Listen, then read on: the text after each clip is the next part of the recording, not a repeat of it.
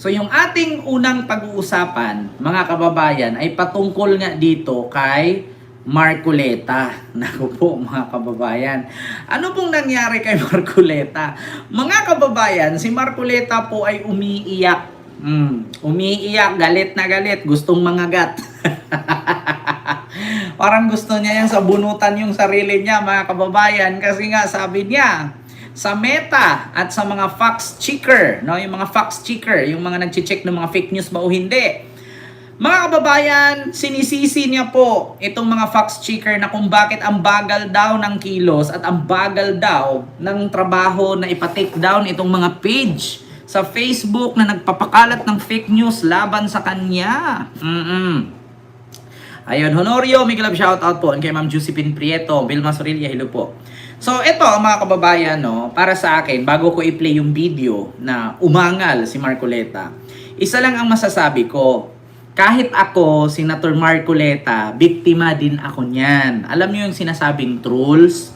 Nako, kung nakita niyo si Argo Bingot, si Argo Bingot, ipakita ko sa inyo dito, kung ilang pangalan ni Argo Bingot paulit-ulit na nag-comment dito sa ating channel. Tapos, ilang beses ako nag-block sa kanya. Naku po, mga kababayan, matindi po. Grabe, kapag DDS, mga kababayan, naku, dyan nyo makikita, mga kababayan, na grabe po. Grabe ang mga, ano dyan, no, itong sa, wait lang hanapin ko dito Ito makikita nyo yung mga binablock ko dito sa sa ating live. Ang dami kong na-block dito, lalo yan si Argo Bingot. Nako. Grabe yan, mga kababayan. Asaan na ba yon? Advanced settings, monetization. Hindi ko makita dito kung saan dito yung makikita yung mga naka-block. No, naka-block na pangalan. Ito kasi ako, number 1, biktima ako dyan, mga kababayan, sa mga napakaraming napakaraming comment, no, na ito pakita ko sa inyo mga kababayan. Ayan, kita nyo si Argo Bingot, ilang account yan ni Argo Bingot, mga kababayan, si Argo Bingot, puro Argo Bingot yan, putang inang Argo Bingot na yan, Kita nyo, ilang account ni Argo Bingot yan? Lahat ng mukha ni Argo Bingot. Ilang account yang ginagamit niya? Paiba-iba. Ganyan po ang mga DDS. Ganyan ang mga DDS. Kita nyo, kung ilang account ni Argo Bingot yan? Dito sa ating YouTube live na nagko-comment siya. Kaya ngayon, DDS sobrang kulit paulit-ulit, di pangkaraniwan. Kaya nga, kita nyo mga kababayan, bilangin nyo kung ilang Argo Bingot yan. Ilang Google account yan. Kita ninyo mga kababayan, ilang Google account yan. Yung nakita nyo, 1, 2, 3, 4, 5, 6, 7, 8, 9, 10. Nandito pa si Sir Michael Villarin. Na-block ko din pala, napindot ko. Ayan, kita nyo mga kababayan. Ayan puro Argo Bingot yan. Kaya kung makita mo dito, Senator Marcoleta, huwag ka na pong magtaka. Yan si Argo Bingot, DDS yan. Kaya kung bibilangin mo dito, si Argo Bingot, 1, 2, 3, 4, 5, 6, ayan, 7, 8, 9, 10, 11, 12, 13, 14, 15, 16, 17, 18. 18 yan, mga kababayan. Ka-Google account yung gamit ni Argo Bingot. Tapos ngayon, sasabihin ni Marcoleta, bakit daw ang bagal ng Meta gumalaw? Ang bagal daw ng Meta mag-take down ng channel. Ako nga dito, blinak ko sa live ko. Wala pang 3 seconds, may another account Diba? Kaya Senator Marcoleta, wag mong sisihin ang Meta. Wag mong sisihin ang fact checkers. Sisihin mo yung mga bumoto sa MDDS. Kasi yan yung mga fake news. Ito mga kababayan, ipapanood ko sa inyo na mismong si Marcoleta umiiyak. Galit na galit. Gustong manakit. Ito po mga kababayan pakinggan ninyo. Pangatlo po, Mm. ayan po, pinaabutan po ako di umano ni dating Pangulong Duterte ng Red Horse. Alam naman po ninyong peki ito eh. Oh. Hindi rin po nyo pinacheck ito. Kami na naman po ang gagawa ng paraan ito. Natural. Pangatlo po, Mm. ayan po, pinaabutan po ako di umano ni dating Pangulong Duterte ng Red Horse. Mm. Alam naman po ninyong peki ito eh. Mm. Hindi rin po nyo pinacheck ito. Kami na naman po ang gagawa ng paraan ito. Alam mo, sa totoo lang, Senator Marcoleta, hindi ko alam kung ito bang mga fact checker ay sinasahuran ba ito ng gobyerno para bantayan ang pagiging fake news. Pagkakalam ko parang wala naman yata. 'Di ba? Oh. So ngayon mga kababayan, dito umaaray si Marcoleta. Kasi bakit? Pati siya, ito po, pakinggan ninyo mga kababayan. Pare-parehong peke. Itong pangalawa naman, sinabi ko raw na Noche Buena, walang kwenta. Wala po ako sinasabing ganon. Ni Noche, wala po ako sinabi. Ni Buena, wala ako sinabi. Bakit po sila nagkalat ng ganito? Hindi po importante sa inyo to. Pangatlo po, ayan po, pinaabutan po ako di umano ni dating Pangulong Duterte ng Red Horse. Alam naman po ninyong peki ito eh. Hindi rin po nyo pinacheck ito. Kami na naman po ang gagawa ng paraan ito. Pangatlo, ay pangapat po, ito nga. Nabigla raw po ako, natanggal na pala ako sa Senado, hindi ko pa alam. Madam Fact Checker, lahat po ng ito hindi totoo eh. So, ito pong dalawang natitira, kami na naman po ang gagawa ng paraan para lang ma-take down ito. Yung pong dalawa kasi na-take down na namin. Pero kami lang po ang gumawa. Di po ba kawawa naman kami? Sige po, Miss Ellen. Yung ginawa nyo. So, Hindi ko po sinasabi sa inyo, Mr. Chair, kung tama ang ginawa ko o hindi. Kinukwento ko po sapagkat kailangan po namin gawin para hindi ma-mislead ang tao. Kaya lang nagpapatulong po kami sa inyo na sana kahit wala kaming gawin, merong mga opisina gagawa ng mga ganito para sa ating lahat. Para sa kapakanan ng buong mamamayang Pilipinas. Ito po yung problema eh. Miss Gemma Mendoza. hello. Kapag alam nyo mga kababayan, kapag sila ginagago, awang-awa sila, paawa effect. Pero kapag si PBBM, kung ano-anong muka nilalagay, alam nyo sa totoo lang, politician po kayo, public figure po kayo. Kung ano man ang lumalabas dyan ng mga mukha ninyo, minsan nga ginagawang Superman eh. Minsan nga ginagawa kayong sangre, di ba? Minsan nga ginagawa kayong si Danaya, si Amihan, di ba? Minsan nga magugulat ka, nasa Mars ka na eh. Minsan nakakasama mo si Adolf Hitler, minsan kasama mo si Isaac Newton, nag-invento, nag-discover, di ba? Minsan kasama mo pa nga si Magellan, di ba? Mga ano kayo, public figure kayo, mga politician kayo, huwag kayong mga balat sibuyas. Ngayon, ganito yan. Sa totoo lang, Senator Marcoleta, katabi mo si Robin. Paaprubahan ninyo yung batas ni Robin, kasi si Robin gumawa ng batas yan na na anti-fake news. Alam ko may batas yan si Robin. In example pa nga niya dyan, si Yussi Clear Castro may kausap daw na trolls. Alam mo sa totoo lang, Senator Marcoleta, ito ipakita ko sa'yo. Kasi umaaray ka, di ba? Kasi biktima ka ng fake news. Ito, meron ako ipakita sa'yo, Senator Marcoleta. Ito, tignan mo. Sino ang nag-post, di ba DDS? Na-ambush ka daw. Tignan mo, Marcoleta, inambush. Ayan Yan ay fake news po yan, na inambush daw si Marcoleta. Basahin ko yung post ni Lero de la Serna. Ito Lahat gagawin ng mga kawatan dahil tinik sa landas nila ang isang Senator Marcoleta. Sukdulang pumatay sila ng taong kumakalaban sa kanila. Tignan mo. DDS yan. Pinapakalat. Inambush daw si Marcoleta. Kita mo? Sino ba mag-aambos kay Marcoleta? Hindi naman nakatira sa liblib na lugar yan. Diba? Ayan DDS, Lero de la Serna. Ngayon, pagbibintangan ninyo kung sino-sinong mga ganun-ganun, isisisi mo sa meta. Actually, Senator Marcoleta, hindi po ikaw ang may ganyan lang. Ako nga, naghamon lang ako. Pag hindi nakauwi si Digong, magilit ako sa liig. Tapos hanggang ngayon hindi nakauwi si Digong. Alam niyo ang sabi ng mga DDS, ba't hindi ka pa nagilit? Ha? Di ba? Oh, di ba ang hamon ko? Pag hindi, o pag nakauwi si Digong, katapusan this year, katapusan ng taong to, magigilit ako sa liig. Hindi nakauwi. Oh, kasi tinanggihan yung interim release. Ngayon, mga kababayan, ang sabi sa akin ng mga DDS, bakit hindi ka pa nagilit? Putang ina nga, di ba? Kung gaano ba naman kabobo yung mga yan. Tsaka, Senator Marcoleta, kausapin mo yung mga kaibigan mong politisyan, may mga trolls yan. Si Jackma, kausapin mo si Jackma. Si Bato, kausapin mo.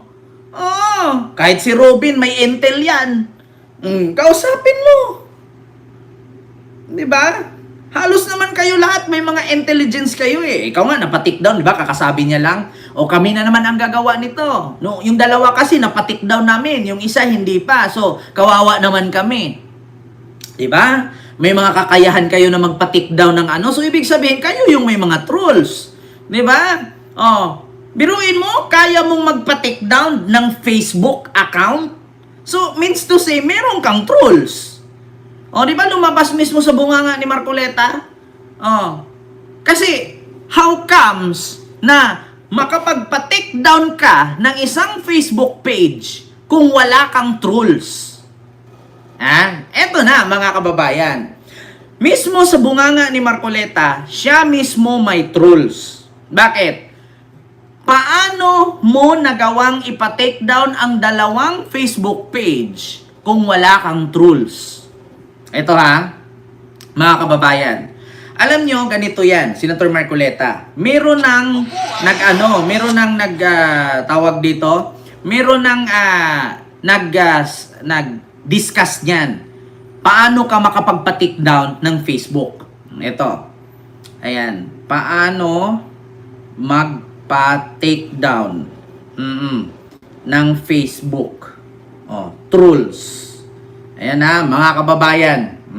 Hiniling sa Facebook na alisin ang mga page, account at groups. Tingnan nyo ito, pinadiscover ako sa Facebook. Nagsimula ito sa isang post ko sa Barangay Ugong, drainage na matagal nang hindi napapagawa, inauguration. Nagtaka ako, ba't ako nagalit yung mga tao? Hindi pala totoo mga tao yun, mga troll pala. Tingnan natin yung mga profile. Pati si Vico Soto. Isa-isa niya.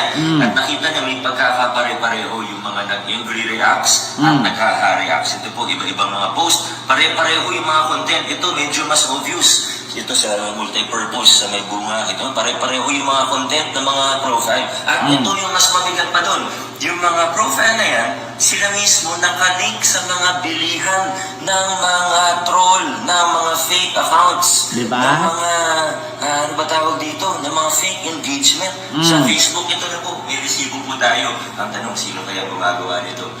Pero hindi naman ito surprise. Mga kasama, mga kapwa ko Pasigenyo, alam naman natin na may mga taong handang magsinungaling, handang manloko, para makuha ang gusto nila. Kaya kailangan ko po ng tulong ninyo. Ipakita po natin na hindi nauubra ang luma, maduming estilo ng politika sa lungsod ng Pasig. Alam niyo mga kababayan, ganito yan, sa madaling salita.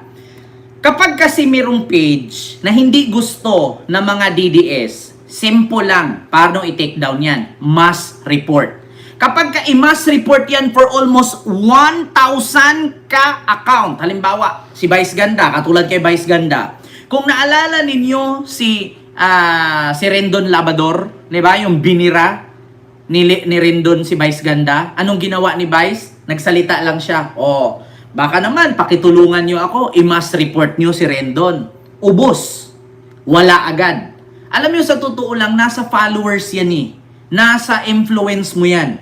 Kung ang mga basher mo, or ang mga supporter mo, tutulungan ka niyan, block agad yung Facebook page niyan. Mga kababayan, mass report ang tawag dyan. So, sa madaling salita, mga kababayan, ganun talaga ang mangyari. Si Liam at Ethan. Hello?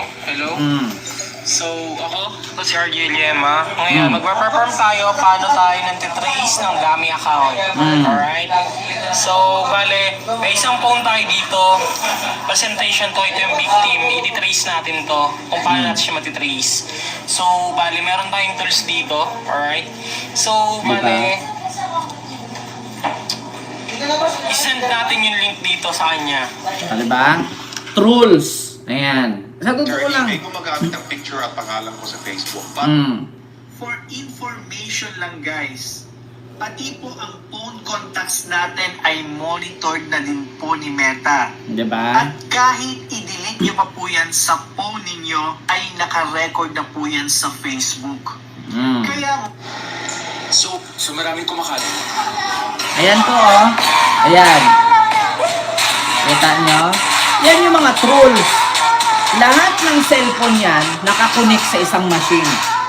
Isang pindot mo yan, 1 million views agad. 1 million dislike, 1 million react, 1 million report. Yan po ang troll. Ha? Yan po ang patunay. Ha? Ngayon mga kababayan, sino nga ba yung kayang gumawa ng ganyan? Alam nyo na. China. Oh, sino po ba ang malapit sa China? 'Di ba? Alam mo sa totoo lang, Senator Marcoleta, kung meron mang fake news na lumabas sa'yo, sisihin mo yung mga DDS. Biruin nyo ha. Tignan ninyo. Ultimo yung porn star, si Alexis. Ha? Yung porn star na babae, yung pokpok sa Amerika, yung sikat, yung mga pinapanood ng manyak at ginadyakulan. Nilagay nila isa daw ICC prosecutor daw, kinasuhan daw ng Russia. Paano nagiging ICC prosecutor si Alexis Texas? Iisang porn star yun. 'Di ba? At saka napatunayan natin yan kung gaano kadaming trolls ang mga DDS. Bakit hindi nyo subukang i-check ang ICC page? Kung paano nila i-comment doon kangaroo court, kangaroo court. Tinatawag nilang kangaroo court ang ICC. Alangan man mga DDS at kakamping ang magsabi, ang mga loyalista at kakamping ang magsabi na kangaroo court. Bakit hindi nyo subukan, mga kababayan? Panuorin.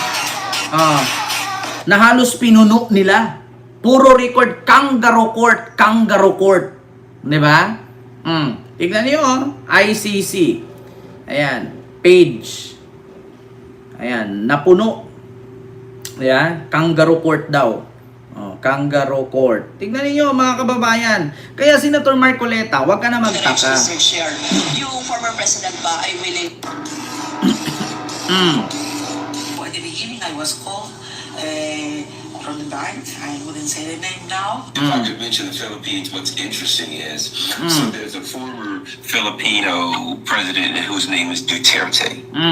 And here's what's interesting. So I heard all these people, yes, the International Criminal Court is going after Duterte for his drug, apparently he went after the drug cartels or something, killed a lot of innocent people.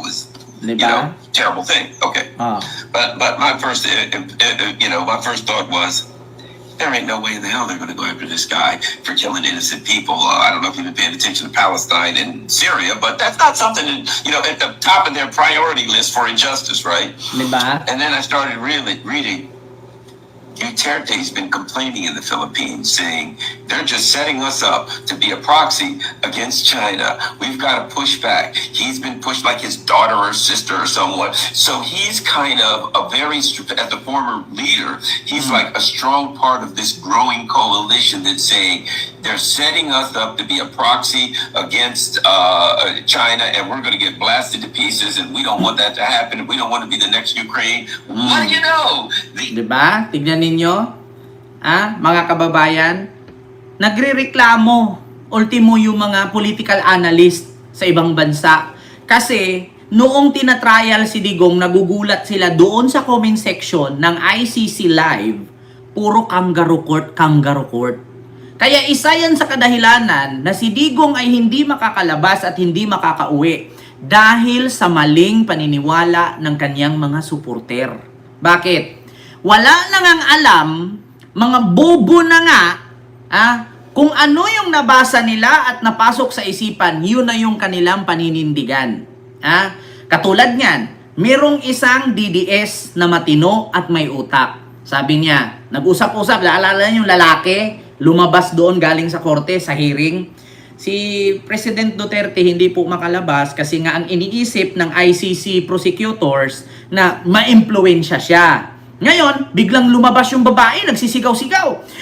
Kapalit yan kasi, mukhang pera ang ICC. Ayan, kasi trilyon ang binayad ni Marcos Jr. bangag magnanakaw. Anong sabi nung isang DDS na medyo may utak?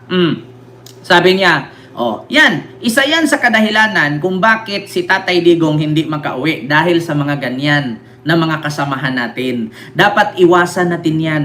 Kasi yan ang nakita ng mga ICC prosecutors na si Digong or si Tatay Digong ma-impluwensya. Kasi ang akala ng ICC prosecutors kung ano yung iutos ni Digong ay ginagawa natin. Kaya ang akala nila si Digong ma-influence. Kaya isa sa rason na hindi pinalaya si Digong. Diba? Kaya Senator Marcoleta, wag ka na magtaka. Tumingin ka na lang sa paligid mo at mga supporters mo. Yan ang mga nagpi-fake news sa'yo. Diba? Biruin mo nga, may lumalabas, inambush ka. Tapos, ang sabi ng mga nagko-comment, tignan mo, hindi kaya ni Bangag. Sino ba yung tinatawag nilang Bangag? Alam naman si Digong ang tinawag lang Bangag. Diba? Isa yan sa rason. Mga kababayan. Kita niyo, tignan niyo. It's internet. DDS, nagwala sa dahig. Kita ninyo mga kababayan, yan yung rason. You know? In this country. This is old.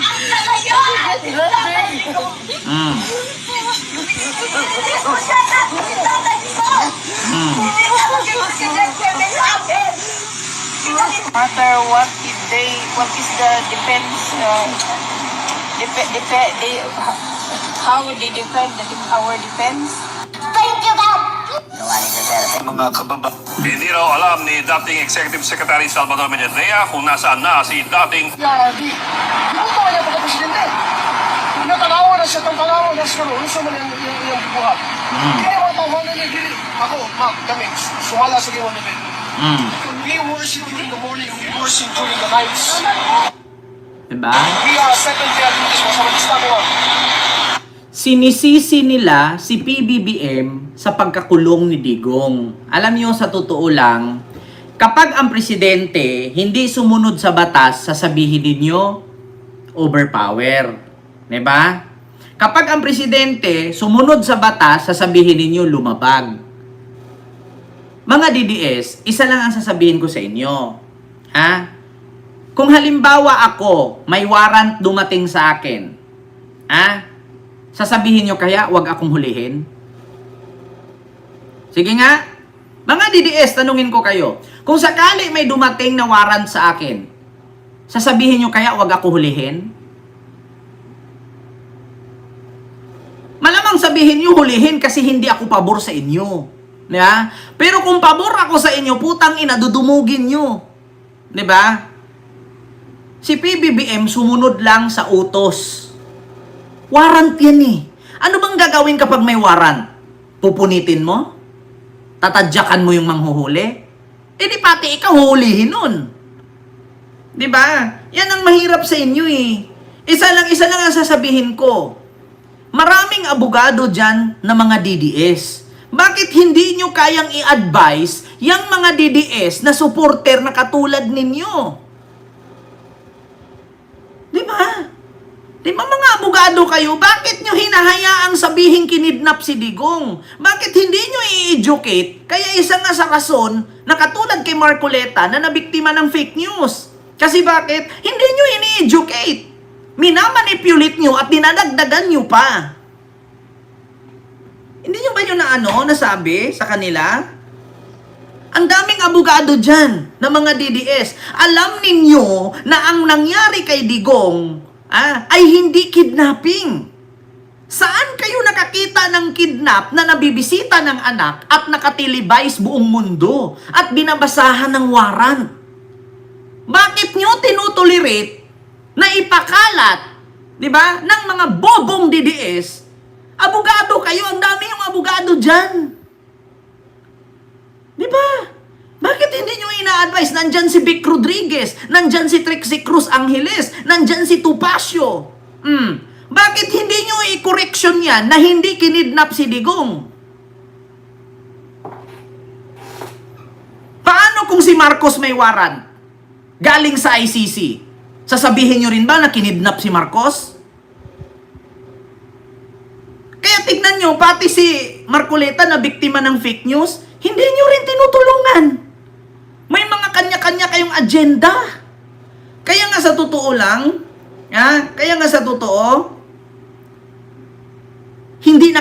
hindi kayo nakaka-survive sa isang problema. Kasi bakit? Instead na magkaisa kayo, magtulungan kayo, magturuan kayo, kung merong mali, turuan nyo ng tama. Pero wala eh. Kanya-kanya kayong agenda, kanya-kanya kayong pasipsip, kanya-kanya kayong lipad.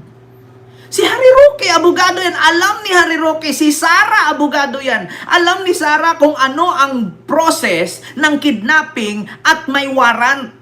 Ako nga, hindi ako abogado, alam ko eh. Saan ka nakakita ng kinidnap tapos may Miranda rights? Binasahan pa. Di ba? Yan ang problema sa inyo. Napakadami nyo yung abogado, mga DDS.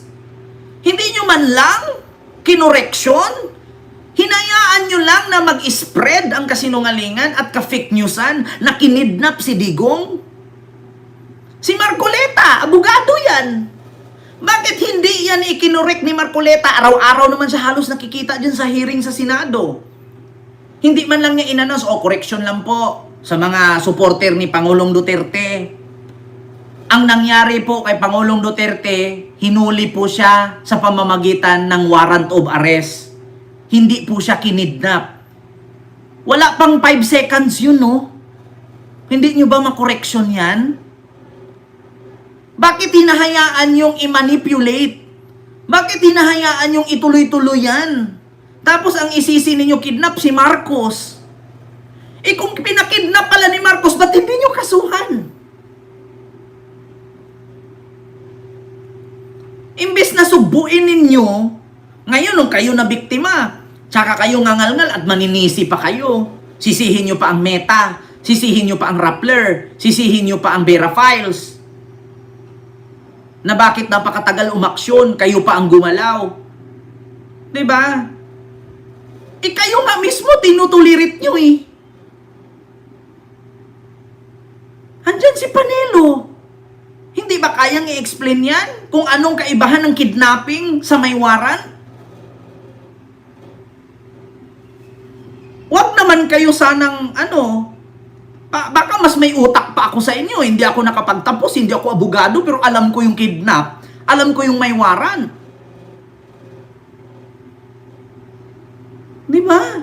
Nakakahiya kayo bilang mga abogado. Para kayong mga iti-iti. Alam nyo, iti-iti, yung nag-aaral 75 rang yung grade, yung pasang-awang grado, government grade 75. Alam nyo yon? Yung sa 1,000 bar examiner, pang 1,000 ka. Pati ba naman si Meta, sisihin nyo pa?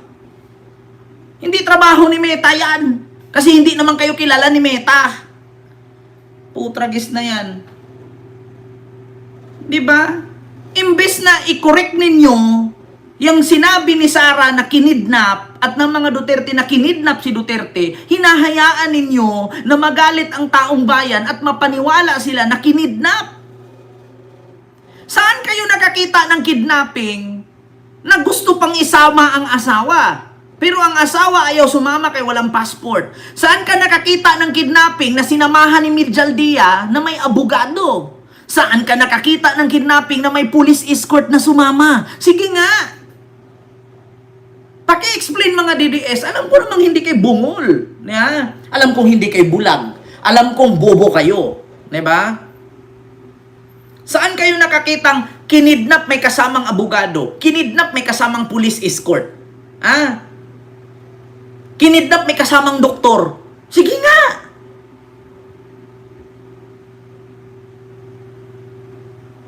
Apakadaming lawyer dyan ng DDS. Hindi nyo man lang na-correction yan. Nakakahiya po kayo. Dapat sa inyo pinagdidisbar kayo eh. Di ba? Dapat sa inyo pinagdidisbar kayo. Anong saysay ng pagiging lawyer ninyo? Kung alam nyong mali, tinutulirit ninyo. Hinahayaan yung ikalat na kinidnap si Digong. Tapos ngayon si Marcoleta, na biktima sa fake news, ang sisihin si Meta. What the heck? Di ba? Tapos ngayon, mangangal-ngal siya doon, magmamakaawa siya. Bakit hindi to inaksyonan agad? Bakit kailangan pa kami ang mag-take down? Sisihin nyo yung mga DDS. Yan lang naman ang mahirap dyan eh. Mahilig silang gumawa. Tignan ninyo, ilang buwan si Digong ginawaan nila ng content. Na si Digong daw ay nakalaya na. Ultimo nga si Yussi Claire Castro, ginawaan pang content na nagsorry na daw sa mga Duterte. May napanood ako kanina. Pinost nung, ano ba yung Bunny ba yun? Bunny vlog ba yun? Yung baklang vlogger ng DDS, yung Vani, pati ako ilang beses ako kinontent. Tapos, pinotol yung sinasabi na tinira ko daw si BBM. My God! Di ba? Kasi ang mga DDS, maraming vlogger dyan sa TikTok na nag-a-upload ng mga reels.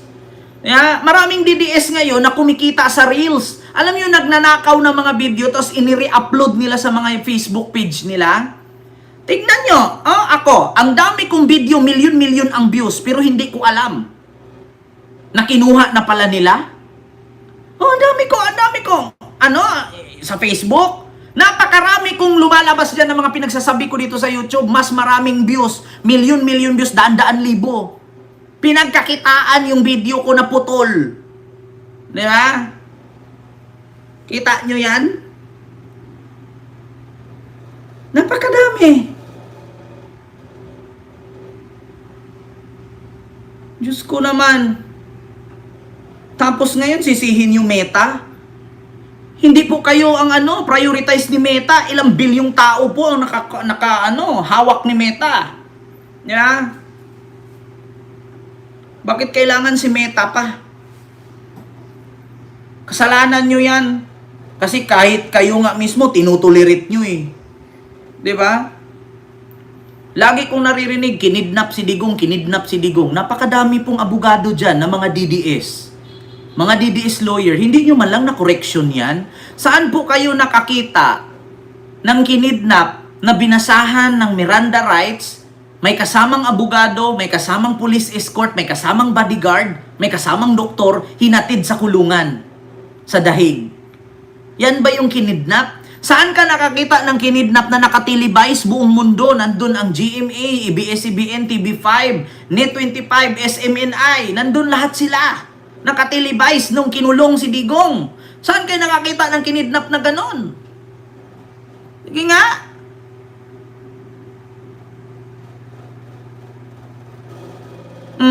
Tapos kayo ngayon na biktima ng fake news? Mga ngal-ngal kayo? Sisihin nyo yung mga supporter ninyo. Napakadaming dyan. Not a very good day in the Hague. Yung sun at all. I was wishing for sunshine. Pero mga kaibigan mag-ingat po tayo. Ang dami-dami fake news dito sa Dahig. No? I heard from one of the supporters that Attorney Harry Roque was giving away 10 lechons in the other venue provided the Duterte supporters. Naalala nyo ba yung viral na bangayan ni na Harry Roque at ilang DDS vloggers sa Dahig? Well, ngayon daw ay nag-aaway na naman sila dahil sa 10 lechon. Nakakatawa, di ba? They're always beefing about food. Gutom ba lagi o talagang dead hungry lang lagi? That I failed big time? I asked for the name of the hospital. Up to now, they have not given us the name of the hospital. Asan kayo nakakita na kinidnap si Digong tapos nagsalita si Medial Dia? Ayan So we took the position that they could have been brought here directly. And we are told that there is no Diba? Ay, Diyos ko. Kaya tingnan nyo, pati si Marcoleta umaaray na biktima ng fake news. Kamakailan lang kumakalat, inambush daw, tapos pinagbintangan si Marcos bangag. Tingnan mo si Sas Rugandos. Oh, si PBBM daw, wala daw kasing manakaw na kickback dun sa tulay, inangkin na lang daw yung tulay. Sabi ni Sas yan. Kita ninyo? Kaya sisihin ninyo yung mga DDS. Kasi ang mga DDS, ang hilig po gumawa ng mga fake news yan, lalo na yung mga video ni Digong na luma, na bumaba sa eroplano, tapos sinalubong ng tao. Ang sabi agad sa pakalat sa Facebook, yes, nakauwi na si Tatay Digong. Yes, salamat sa Lord. Sa wakas, nakauwi na. Tapos magugulat ka pagkagabi, andun pa sa ICC. Hindi inaprubahan, ni-reject ang interim release. Diba? Ang daming ganyan. Sa totoo lang, ang daming ganyan, mga pakalat na fake news. Diyos ko. Si Marcoleta na biktima, ayan, nagngangal-ngal. Sisihin mo, yung mga supporter mong DDS. Yeah? Kahit nga naman si Marcoleta, fake news din. Yeah? Bakit? Bakit ko nasabi? Kita mo, tumakbo siyang senador noong 2025 midterm election noong May. Pag ako nanalo bilang senador, yung 2,000 konsumo sa kuryente pababa, gawin nating libre. Nangyari? Fake, di ba? Di ba? Anong nangyari? Yung 2,000 pesos, kuryente pababa, natupad? Unyemas.